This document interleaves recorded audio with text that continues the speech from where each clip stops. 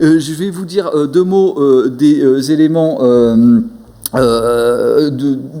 à portée juridique qui sont indispensables. La question des sources réglementaires, on en a peu, mais elles vont devenir de plus en plus importantes, donc il faut se poser cette question-là quand on est face à un projet BIM. Quelles sont les contraintes réglementaires qui s'imposent à moi?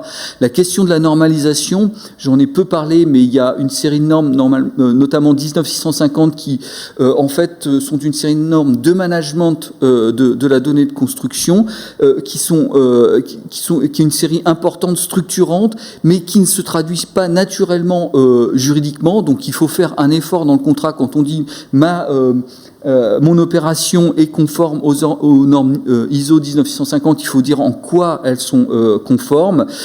Qu'est-ce qui est obligatoire et l'organisation de la hiérarchie des documents obligatoires. Les droits d'accès aux données et la propriété des données, c'est aussi un point important. La question de la propriété intellectuelle, donc les restrictions d'utilisation des données qui peuvent être liées à des droits de propriété intellectuelle, mais aussi à des restrictions contractuelles. La question de la responsabilité, j'en dis juste deux mots, mais c'est très important. La responsabilité des acteurs BIM par rapport au projet de construction.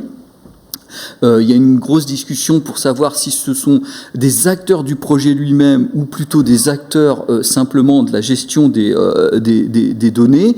Il y a une question de responsabilité très importante sur le transfert des données. Alors, c'est en général très bien organisé d'un point de vue technologique, mais il faut qu'il y ait un pendant juridique en disant, voilà, qu'est-ce que je dois livrer, à partir de quand ma livraison est effectuée, parce qu'il y a aussi des phénomènes de transfert de risque sur les données, et donc il faut savoir à partir de quand on coupe le cordon, on estime que la prestation a été exécutée, partiellement ou totalement, mais il faut cerner ça pour des questions de transfert de risque, les questions d'assurance, les questions de cybersécurité.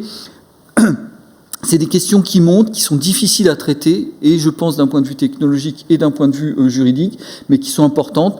La question de la confidentialité, la question des données personnelles, qui est en fait une petite question, mais importante quand même sur, en tout cas, les processus de construction digitaux.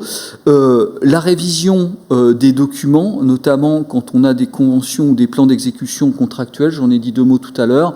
Et puis, le règlement des différends. C'est une rubrique un peu tarte à la crème, mais ce qu'il faut savoir, c'est que vous et on est des super spécialistes, et quand des super spécialistes ont un problème entre eux, ils n'ont pas d'autre choix que de s'adresser à des moins spécialistes qu'eux, et donc ils doivent se faire comprendre. Donc prévoir des solutions de règlement, on va dire, amiable via des experts désignés, etc. C'est pas inutile, même s'il faut pas se faire en nœud au cerveau avec ça, mais en cas de problème, ça peut être important.